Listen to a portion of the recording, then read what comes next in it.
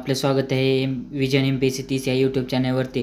आज आपण पाहणार आहे नागपूरमध्ये आरोग्य सेवेत ड गट 680 पदांची सरळ सेवेने भरती.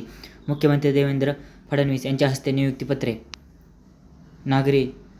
नागपूर जिल्ह्यातील शासकीय वैद्यकीय महाविद्यालय, दंत तसेच आयुर्वेद महाविद्यालयासह संलग्न 9 रुग्णालयातील गट ड संवर्गातील 680 पदांची सरळ सेवेने भरती करण्यात आली आहे.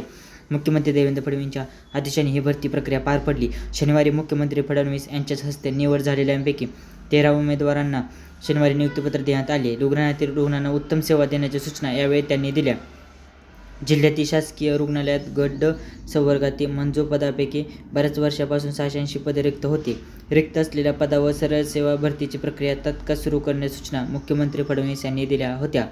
त्यानुसार जिल्हाधिकारी यांच्या अध्यक्षतेखाली जिल्हा निवड समिती स्थापन करण्यात आली होती. या समितीतर्फे पदभरतीची एकत्र प्रक्रिया राबवण्यात आली होती.